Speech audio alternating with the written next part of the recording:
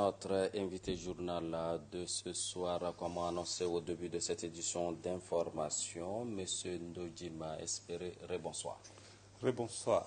Vous êtes donc notre invité du journal de ce soir. Vous êtes le délégué du recteur de l'UCAC. L'UCAC, c'est l'Université catholique d'Afrique centrale. Alors déjà, tout au début donc de notre entretien, M. Ndojima, vous êtes au Tchad. Quelles sont les raisons de votre présence ici au Tchad? Je suis au Tchad dans le cadre de la mise en œuvre et de la construction de 2 instituts catholiques d'enseignement supérieur dans ce pays comme extension de l'Université catholique d'Afrique centrale dans notre pays. Alors, présentez-nous de façon un peu plus large le projet de 2 universités à Moundou pour les sciences vétérinaires et pédagogiques au Tchad. Avant de faire la présentation de ce projet, permettez de faire un peu d'histoire. L'Université catholique d'Afrique centrale, communément appelée UCAC, a été créée en 1989 à Bangui par l'Association des conférences épiscopales de la région d'Afrique centrale, ACERAC. Elle a ouvert ses portes en 1991 et son siège est fixé à Yaoundé. L'UCAC a comme vocation la formation de la jeunesse au sein des peuples d'Afrique centrale avec une vision axée sur l'éthique et la compétence. À Yaoundé, nous avons très rapidement une faculté de sciences sociales et de gestion, une faculté de sciences juridiques et politiques, une école des sciences de la santé. À Douala, nous avons le second cycle de la maintenance industrielle. À Pointe-Noire, nous avons le premier cycle de ce parcours. À Bangui, nous avons un institut destiné à l'agronomie.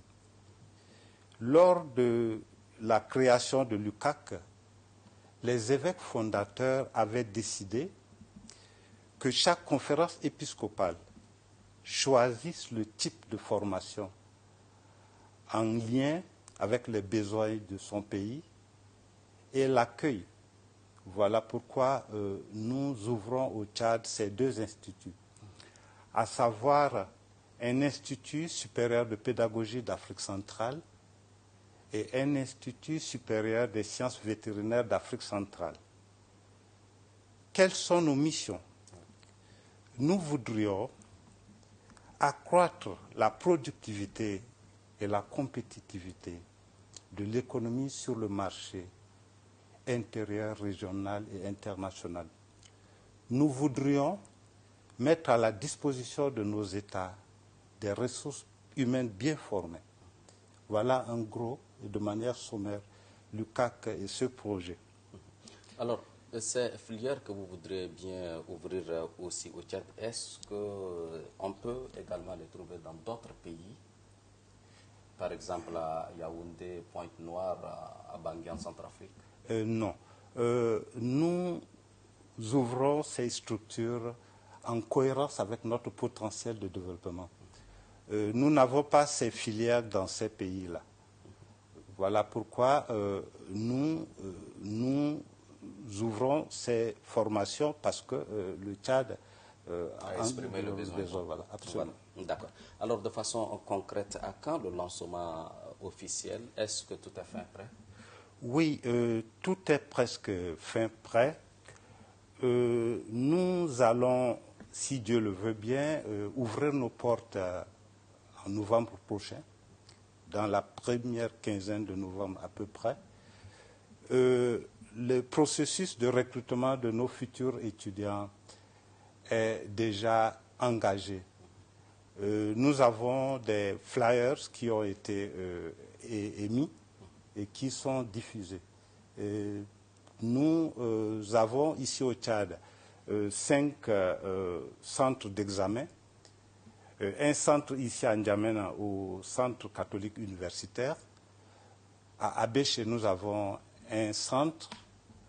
À Mongo, nous avons un centre. À Moundou, nous avons un centre. Et à Sar, nous avons également un centre. Alors, quelles sont les modalités de s'inscrire dans cette université? Est-ce que c'est par voie de concours, par dossier? Oui, ce sera par voie de concours. Ce sera par voie de concours. Les candidats peuvent se rendre à ces centres ou alors s'adresser au numéro que nous allons rendre disponible. Ils auront toutes les informations. Cette semaine, l'actualité oblige. Cette semaine, les élèves de la classe de terminale composent le baccalauréat. Ça tombe bien, c'est une bonne nouvelle. D'ici peu, les résultats seront connus. Alors, quels sont ceux qui sont habilités à concourir pour avoir accès à votre université? Voilà, je suis heureux de souligner quelque chose. La jeunesse tchadienne est dynamique et avide de culture. Tous les bacs sont acceptés à l'UCAC. Voilà. Donc notre porte est ouverte à tous les candidats. Alors, quels sont les défis face à ce lancement de ce projet? Les défis sont multiples. Je le disais, on ne peut pas les énumérer tous ici. Mais déjà, ce projet repose sur la forte implication des acteurs locaux.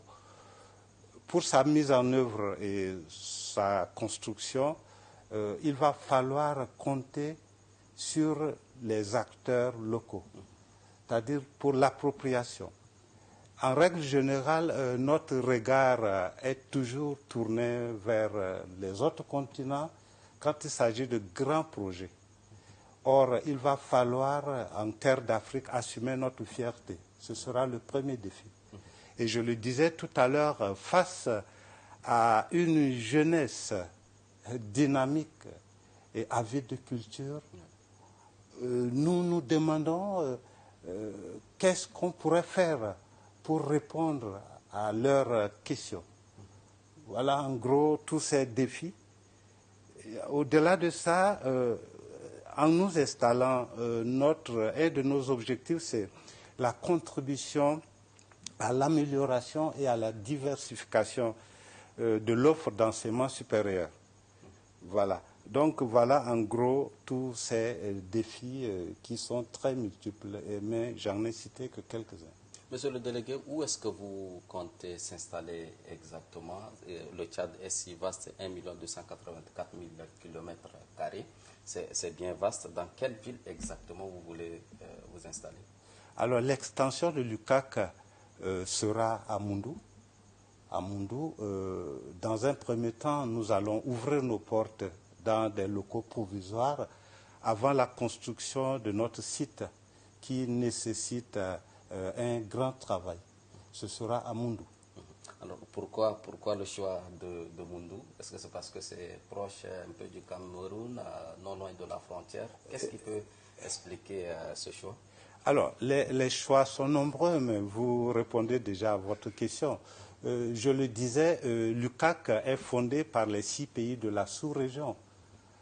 Pour la petite histoire, est-ce que vous savez que le Cameroun est limitrophe aux 5 autres? Voilà. Géographiquement, Moundou est à quelque part, Moundou est peut-être le point le plus proche de ces États. Ouais. Voilà. Et comme notre objectif, c'est le brassage de cette jeunesse, et puis Moundou, le climat est un peu doux. Voilà, agréable pour un Équato-Guinéen, un Gabonais, je ne sais pas. Voilà, c'est une bonne nouvelle pour les Tchadiens de façon générale et surtout les ressortissants de la province du Logone occidental, avec chef-lieu de Moundou en particulier. Est-ce que vous avez un message à lancer à l'endroit des ressortissants de cette province bénéficiaire? Alors, le message, c'est quoi? Le message, c'est que d'abord, c'est une fierté pour ce peuple de ce beau coin du Tchad qui est très dynamique. Et je le disais si haut, le projet repose sur la forte implication des acteurs locaux. Donc, nous comptons sur leur mobilisation.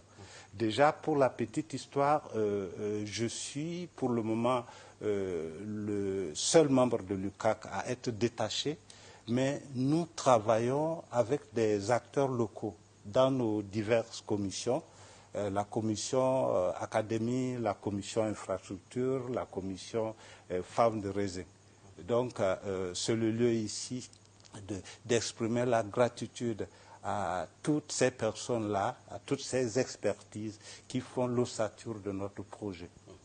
Chaque année, les jeunes tchadiens se déplacent en masse pour aller faire des études dans d'autres pays d'Afrique. C'est une bonne nouvelle. Est-ce que vous avez un message à lancer à l'endroit de ces jeunes que vous suivez en ce moment?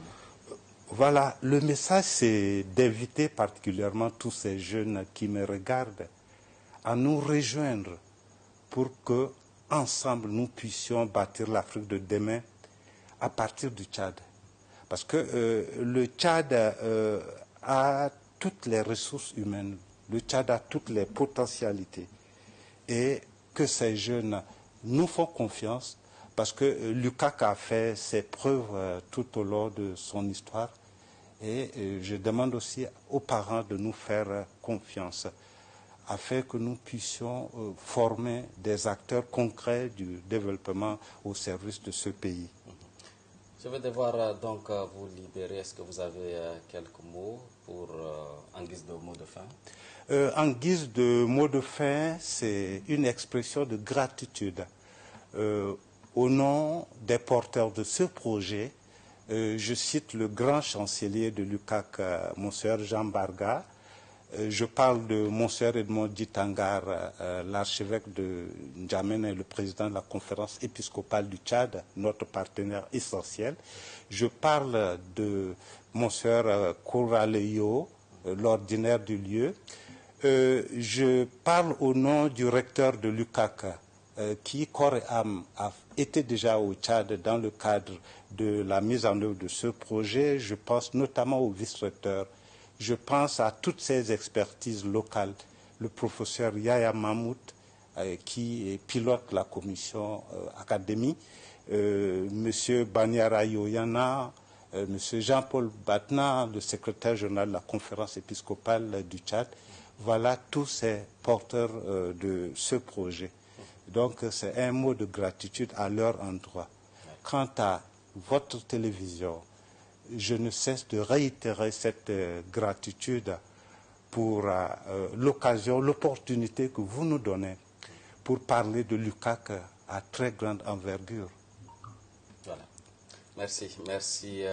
Nous vous réitérons également, sinon nous vous rassurons également que nous sommes disposés à vous accompagner dans le cadre de ce projet. Merci encore et à bientôt. Voilà. Je rappelle très rapidement, mesdames et messieurs, que nous venons de recevoir comme invité du journal ce soir M. Ndojima Esperile, le délégué du recteur de l'Université catholique d'Afrique centrale, UCAC. Merci pour votre fidélité. Restez toujours en compagnie de nos programmes. Au revoir.